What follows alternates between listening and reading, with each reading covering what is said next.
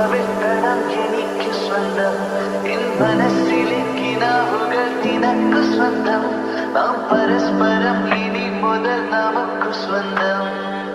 കുറുമൊഴിയേ നിൻ വീണകൾ